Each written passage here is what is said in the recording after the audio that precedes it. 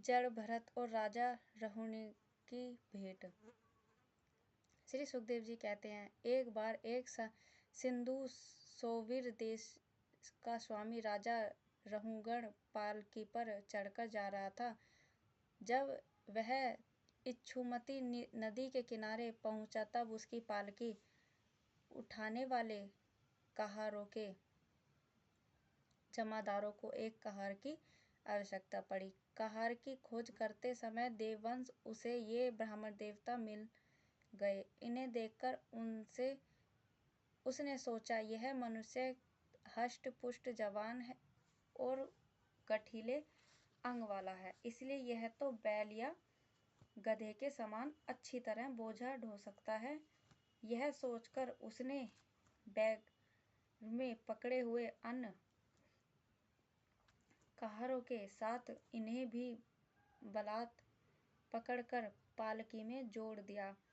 महात्मा भरत जी यद्यपि किसी प्रकार इस कार्य के योग्य नहीं थे, तो भी वे बिना कुछ बोले चुपचाप पालकी को उठा ले चले।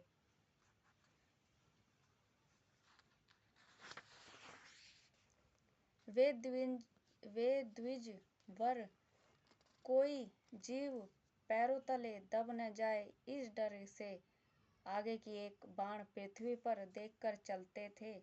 इसलिए दूसरे कहारों के साथ उनकी चाल का मेल नहीं खाता था। अतः जब पालकी टेढ़ी सीधी होने लगी, तब यह देखकर राजा रहुणीगण के पालकी उठाने वाले कहाँ लगी। जब यह देखकर राजा रहुगण के पालकी उठाने वाले कहाँ, अरे कहारों,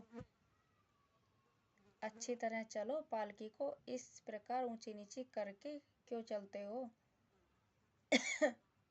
तब अपने स्वामी का यह आक्षेपयुक्त वचन सुनकर कहारों को डर लगा कि कहीं राजा उन्हें दंड न दे। इसलिए उन्होंने राजा से इस प्रकार निवेदन किया, महाराज, यह हमारा प्रमाद नहीं है, हम आपकी नियम मर्यादा के अनुसार ठीक ठीक ही पालकी ले चल रहे हैं। एक यह नया कहार अभी अभी पालकी में लगाया गया है, तो भी यह जल्दी जल्दी नहीं चलता। हम लोग इसके साथ पालकी नहीं ले जा सकते।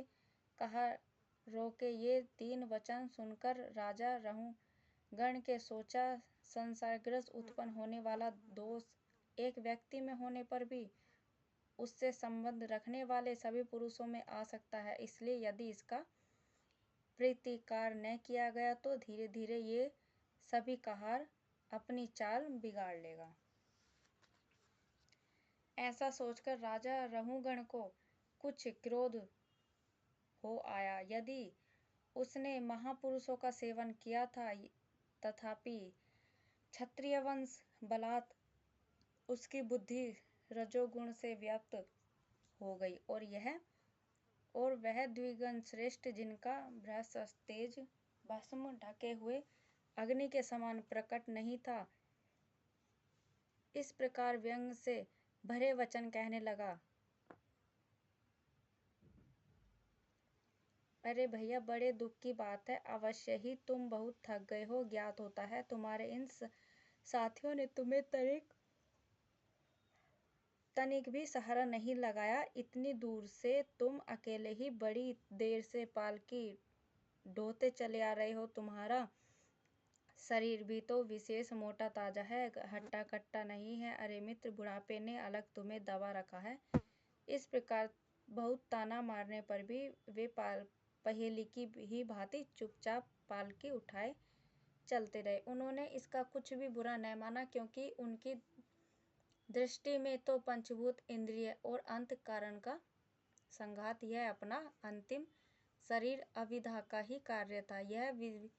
यह विविध अंगों से युक्त दिखाई देने पर भी वस्तुत था ही नहीं, इसलिए उसमें उनका मेरेपन का मिथ्या अध्यास सर्वदा निवृत्त हो गया था और वे ब्रह्म रूप हो गए थे।